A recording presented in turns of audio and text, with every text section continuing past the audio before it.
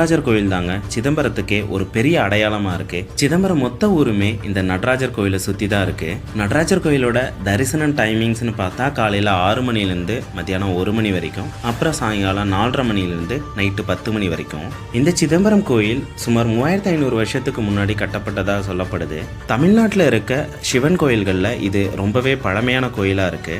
ரொம்பவே ஃபேமஸான சிவன் கோயில்ல இதுவுமே ஒன்று. இந்த கோயிலில் 4 திசைக்கும் 4 பெரிய கோபுரங்கள் இருக்கு. அப்புறம் ஒரு தங்க கூரையும் இருக்கு. அந்த தங்க கூரைக்கு அடியில தான் நடராஜரும் இருக்காரு. இங்க சிவன் நடராஜரா இருக்காரு. அவர் தான் பரதநாட்டியத்துக்கான கடவுளா இருக்காரு. இங்க வர பரதநாட்டிய கலைஞர்கள் எல்லாருமே நடராஜர் போஸ்ல மேண்டட்ரியா போட்டோ வீடியோஸ்லாம் எடுப்பாங்க. நம்ம பாரம்பரிய நடனமான பரதநாட்டியம் 3500 வருஷத்துக்கு முன்னாடியே இருந்திருக்கு. இந்த கோயிலை நீங்க சுத்தி வரும்போது ஒரே இடத்துல இருந்து 4 கோபுரத்தையும் பார்க்குற மாதிரி ஒரு இடம் இருக்கும். கண்டிப்பா அந்த இடத்த மிஸ் பண்ணாம பாருங்க.